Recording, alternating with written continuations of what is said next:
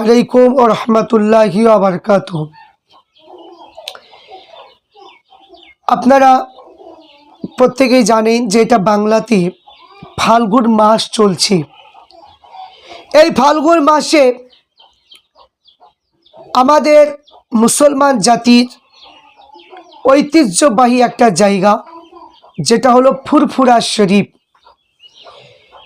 এই ফুরফুরা শরীফের যিনি আমাদের আকাবির, যিনা কিতাব অনুযায়ী আমরা আমল করি, যারা ফুরফুরা সিলসিলার মানুষ, যারা আমরা, আমাদের আকাবির 14 শতাব্দীর পীর, 52 জেলার পীর, 14 শতাব্দীর মুজাদ্দিদ আবু বকর সিদ্দিক ফুরফুরাবি রহমাতুল্লাহ আলাইহি, তিনার ইসলে সওয়াব 21, 22, 23।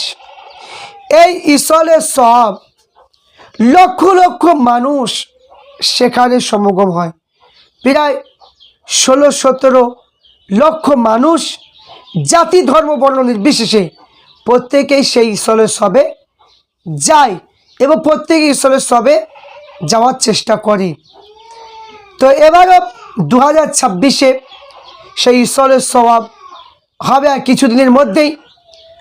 তো ফুরফুরা শরীফে আমরা জিনাকে আকাবির হিসাবে পেয়েছি এবং জিনা কিতাবের দ্বারাতে আমরা শিরক এবং বেদাতকে কি বুঝতে শিখেছি এবং সেইগুলো তিনি দূরে সরিয়ে দিয়ে তিনি আহলে সুন্নাত আল জামাত প্রতিষ্ঠিত করেছেন এবং তিনি সুন্নি জামাত হানাফি মাযহাবের তিনি আহলে সুন্নাত আল জামাতের কি সুন্দর একটা উপহার আমাদেরকে দিয়েছে।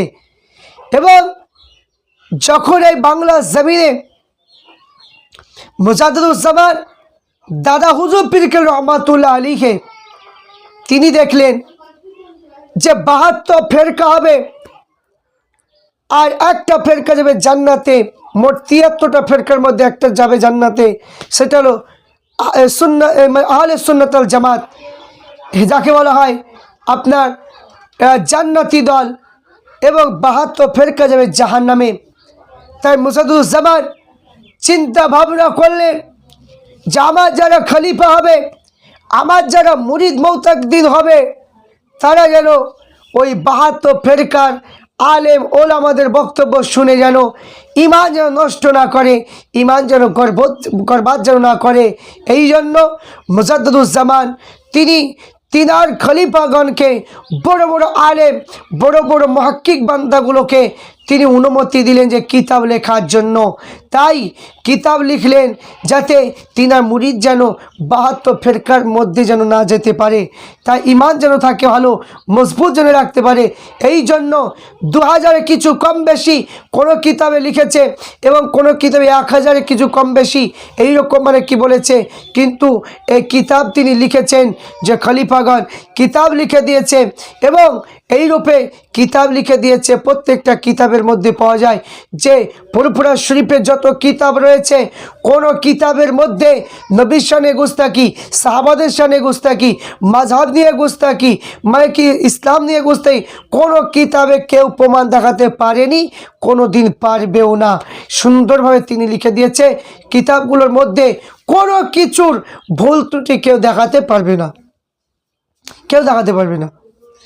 তো এখানে মুজাদ্দিদুজ্জামান 21, 22, 23 যে ইসলে সওয়াব করেছেন মাত্র 250 বাতাসা দিয়ে, তাই সেই ইসলে সওয়াব লক্ষ লক্ষ মানুষ সেখানে হাজির হয়। এই ইসলে সওয়াব তিনি করেছেন নিজে ইন্তেকাল হয়েছে সেই উদ্দেশ্যে নয়, সমস্ত মুসলিম জাতি যারা ইন্তেকাল করেছে সমস্ত রুহে মাগফিরাতের জন্য তিনি এই ইসলে সওয়াব 21, 22, 23 করেছেন। তাই আমাদের প্রত্যেককে সেই ইসলে সওয়াবে আমাদেরকে যেতে হবে, আমাদের প্রত্যেককে সেই ইসলে সওয়াবে আমরা যাব। মুজাদ্দিদুজ্জামানের কি রুহানি ফায়েজ আমাদের প্রত্যেককে নেওয়ার চেষ্টা করতে হবে।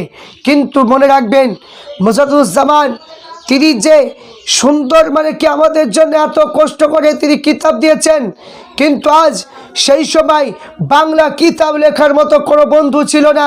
সেই সময় আজ বিভিন্ন ফেরকার মানুষ বেরিয়ে গিয়েছে, বিভিন্ন আলেম ওলামা বেরিয়ে গিয়েছে, অনেকে ফুরফুরা শরীফ নিয়ে আঙুল তুলে। আমি বলবো ভাই, সেই অসময়ের সময় যে সময় মুজাদুজ্জামান বাংলায় কিতাব লিখেছে সেই সময় কোন আলেম পাওয়া যায়নি। সেই সময় যারা এখন সিং বেরিয়েছে সেই সময় সেই সমস্ত আলেম ছিল না। এখন তো অনেক কিতাব লেখা হচ্ছে, অনেক আলেম ওলামা দেখতে পাচ্ছি, সেই সময় কিন্তু কেউ ছিল না। দাদা হুজুর তিনি লিখেছিলেন যে দাদা হুজুরের জন্য মাথায় টুপি মুখে দাড়ি রাখার সম্মানটা আমরা পাচ্ছি, আজ আমরা ভালোভাবে চলতে পারছি, এ দাদা হুজুরের অবদান। আজ দাদা হুজুরের মুরিদ আমরা হব, কিন্তু খাঁটি মুরিদ হওয়ার চেষ্টা করতে হবে, খাঁটি মুরিদ হওয়ার চেষ্টা করতে হবে। কিন্তু আজকে যে ফুরফুরা শরীফে এখনও মানে কি হাক্কানি পীর রয়েছে, তার সত্ত্বেও যে আমরা অন্য পীরের হাতে বায়াত হয়ে যাব, অন্য পীরে আমরা খিলাফত নিতে যাব, বা অন্য পীরেকে মানে অন্য পীরের হাতে বায়াত হয়ে বা অন্য পীরের খিলাফত নিয়ে আমরা বলবো আমরা ফুরফুরাকে ভালোবাসি, ফুরফুরার মানে কি পীর সাহেবদের দুর্নাম করব, পীর সাহেবদেরকে নিয়ে আমরা অল্প মানে গীবত করব, আর এদিকে অন্য পীরের হাতে বায়াতে বলবো আমরা না আমরা ফুরফুরাকে ভালোবাসি, দাদা হুজুরকে ভালোবাসি, এই ফতুয়া দেব। এবং ঈশ্বরের সব হলে আমরা মানে কি অন্য পীরের হাতে বায়াত হয়ে মানে ফুরফুরা শরীফে গিয়ে দেখব, দেখে আমরা ফুরফুরার দুর্নাম করব, এইগুলো একদমই উচিত নয়, উচিত নয় এগুলো। আর বলবো যে প্রত্যেকটা সিলসিলা যত রয়েছে, প্রত্যেকটা আল্লাহর অলিদের দরবার যতগুলো রয়েছে, প্রত্যেকটা অলির দরবার হচ্ছে হক, এবং প্রত্যেকটা অলিদেরকে সম্মান ভালোবাসা প্রত্যেকে দিতে হবে, কারণ প্রত্যেক অলিকে ভালোবাসতে হবে।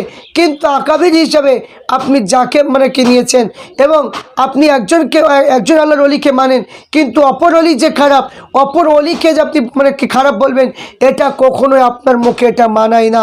কারণ আপনি অলিদের বিরোধিতা করবেন, অলির বিরুদ্ধে উল্টোটা কথা যদি বলেন, কাল কিয়ামতের দিনে আল্লাহর সঙ্গে আপনি জেহাদ করবেন। কারণ আল্লাহ নিজেই বলেছে যারা অলির সঙ্গে যারা উল্টো পাল্টা কথা বলে তার সঙ্গে আমি জেহাদ করব।